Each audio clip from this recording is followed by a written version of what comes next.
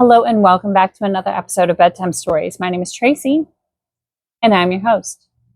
Tonight we're working on chapter 16 of The Beasts of Tarzan, but before I get into it, I need to ask you some very serious questions. Have you gone pee in the potty yet? Did you brush your teeth? Have you got your water next to the bed? Have you done your stretches? Are you subscribed to the channel? Did you click the little notification bell so that next time I upload a chapter, you will be notified? Got all of that done? Good job. I'm really proud of you. You're a smart cookie, you know that? And vintage fiction right here. Let's go ahead and get to it. This chapter is 16. It's In the Darkness of the Night. All right, let's go. When Tarzan of the Apes realized that he was in the grip of the giant jaws of a crocodile, he did not, as an ordinary man might have done, give up all hope and resign himself to his fate. Instead, he filled his lungs with air before the huge reptile dragged him beneath the surface, and then, with all the might of his great muscles, fought bitterly for freedom. But out of his native element, the ape-man was too greatly handicapped to do more than excite the monster to greater speed as it dragged its prey swiftly through the water. Tarzan's lungs were bursting for a breath of pure fresh air. He knew that he could survive but a moment more, and in the last paroxysms of his suffering, he did what he could to avenge his own death. His body trailed out beside the slimy carcass of his captor, and into the tough armor the ape-man attempted to plunge his stone knife as he was borne to the creature's horrid den. His efforts would serve to accelerate the speed of the crocodile, and just as the ape-man realized that he had reached the limit of his endurance, he felt his body dragged to a muddy bed and his nostrils rise above the water's surface. All about him was the blackness of the pit, the silence of the grave. For a moment, Tarzan of the Apes lay gasping for breath upon the slimy, evil-smelling bed to which the animal had borne him. Close at his side, he could feel the cold, hard plates of the creature's coat rising and falling, as though with spasmodic efforts to breathe. For several minutes, the two lay thus, and then a sudden convulsion of the giant carcass at the man's side, a tremor and a stiffening brought Tarzan to his knees beside the crocodile.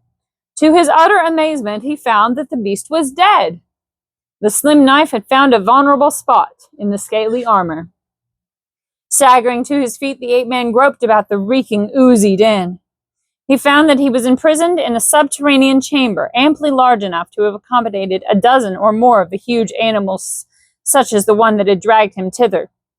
He realized that he was in the creature's hidden nest, far under the bank of the stream, and that doubtless the only means of ingress or egress lay through the submerged opening through which the crocodile had brought him.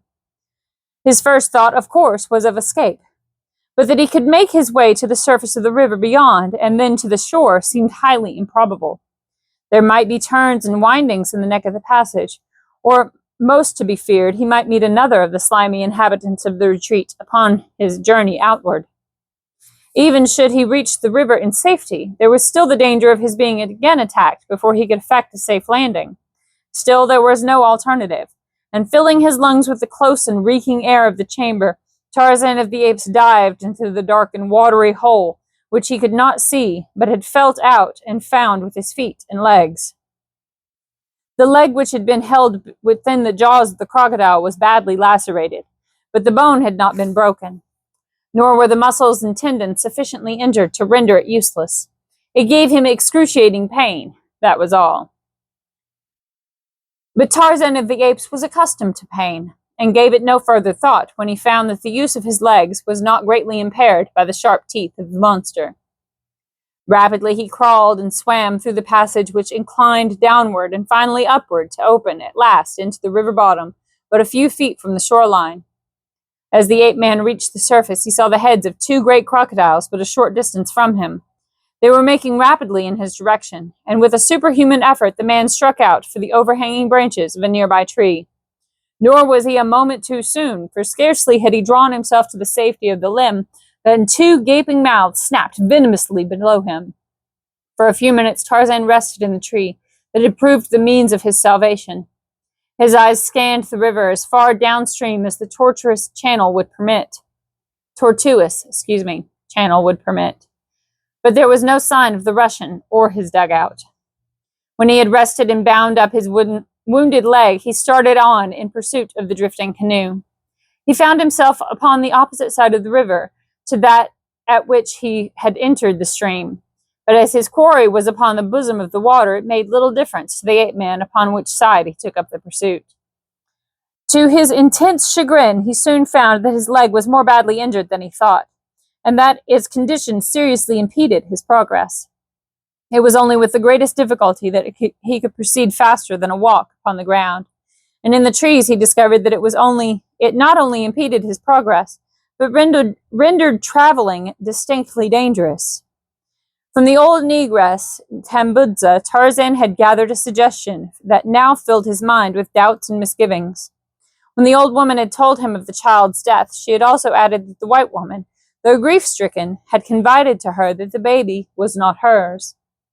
Tarzan could see no reason for believing that Jane could have found it advisable to deny her identity or that of the child. The only explanation that he could put upon the matter was that, after all, the white woman who had accompanied his son, and the Swede into the jungle fastness of the interior had not been Jane at all. The more he gave thought to the problem, the more firmly convinced he became that his son was dead and his wife still safe in London, and in ignorance of the terrible fate that had overtaken her firstborn.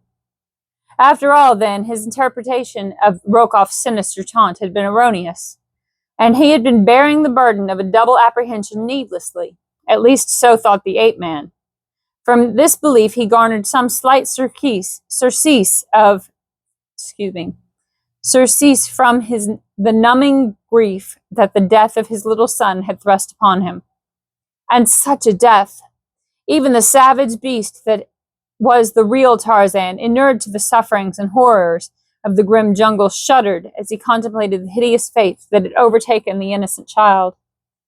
As he made his way painfully toward the coast, he let his mind dwell so constantly upon the frightful crimes which the Russian had perpetrated against his loved ones that the great scar upon his forehead stood out almost continuously in the vivid scarlet that marked the man's most relentless and bestial moods of rage.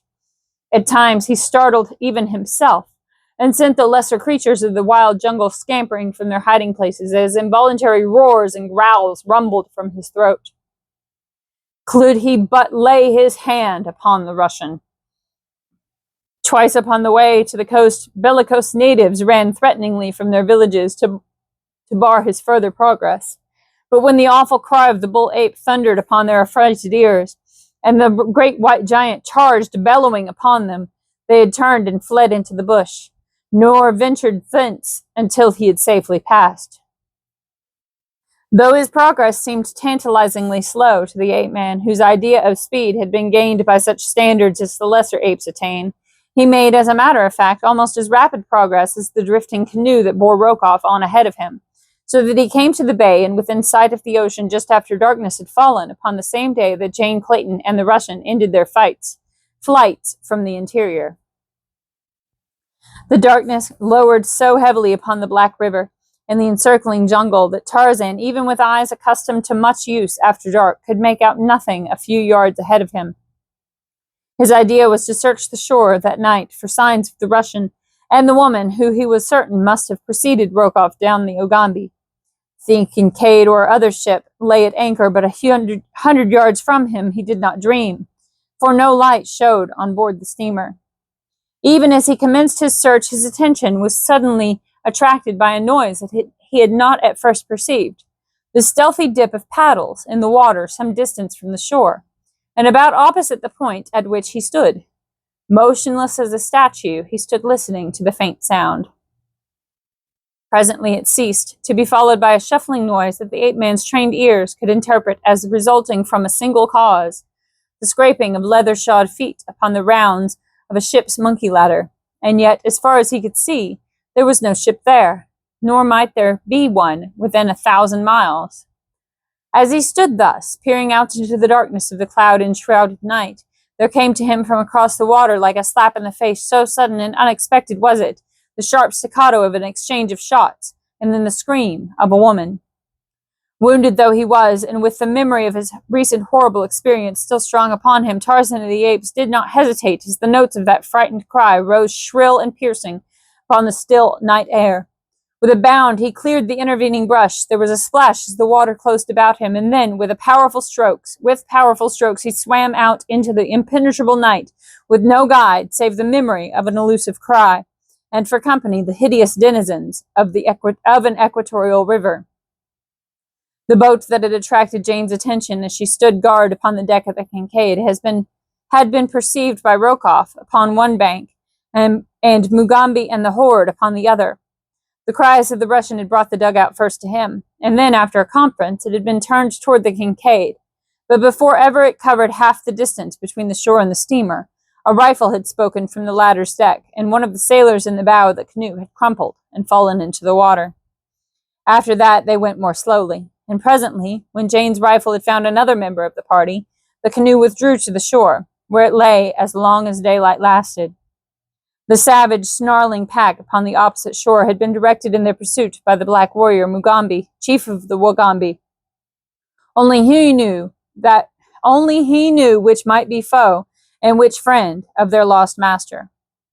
Could they have reached either the canoe or the Kincaid, they would have made short work of any whom they found there, but the gulf of black water intervening shut them off from further advance as effectually as though it had been the broad ocean that separated them from their prey.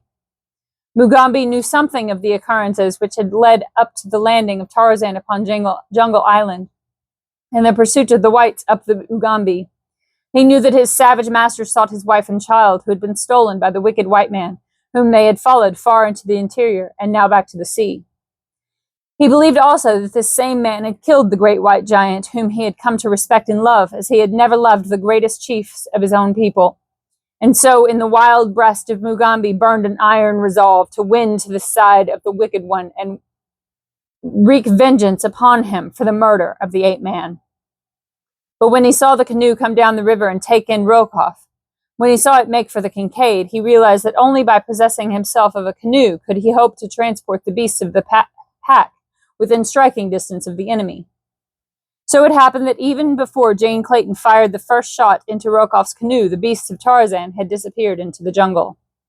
After the Russian and his party, which consisted of Paulvitch and the several men he had left upon the Kincaid to attend to the matter of coaling, had retreated before her fire, Jane realized that it would be but a temporary respite from their attentions which she had gained. And with the conviction came a determination to make a bold and final stroke for freedom from the menacing threat of Rokoff's evil purpose. With this idea in view, she opened negotiations with the 2 sailors she had imprisoned in the forecastle, and having forced their consent to her plans, upon pain of death should they attempt disloyalty, she released them just as darkness closed about the ship. With ready revolver to compel obedience, she led them up, one by one, searching them carefully for concealed weapons as they stood with hands elevated above their heads. Once satisfied that they were unarmed, she set them to work cutting the cable which held the Kincaid to her anchorage.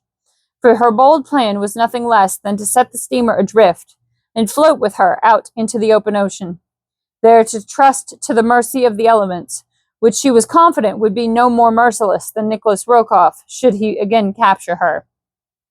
There was, too, the chance that the Kincaid might be sighted by some passing ship, and she was well stocked with provisions and water. The men had assured her of this fact, and as the season of storm was well over, she had every reason to hope for the eventual success of her plan. The night was deeply overcast, heavy clouds riding low above the jungle and the water. Only to the west, where the broad ocean spread beyond the river's mouth, was there a suggestion of lessening gloom. It was a perfect night for the purposes of the work in hand. Her enemies could not see the activity aboard the ship, nor mark her course as the swift current bore her outward into the ocean. Before daylight broke, the ebb tide would have carried the Kincaid well into the Bingula current, which flows northward along the coast of Africa. And as a south wind was prevailing, Jane hoped to be out of sight of the mouth of the Ugambi before Rokoff could become aware of the departure of the steamer. Standing over the laboring seamen, the young woman breathed a sigh of relief as the last strand of the cable parted, and she knew that the vessel was on its way out of the maw of the savage Ugambi. With her 2 prisoners still beneath the coercing influence of her rifle, she ordered them upon deck with the intention of again imprisoning them in the forecastle. But at length she permitted herself to be influenced by their promises of loyalty, and the arguments which they put forth, that they could be of service to her, and permitted them to remain above. For a few minutes the Kincaid drifted rapidly with the current, and then with a grinding jar she stopped in midstream. The ship had run upon a low-lying bar that splits the channel about a quarter of a mile from the sea. For a moment she hung there, and then swinging round until her bow pointed toward the shore, she broke adrift once more.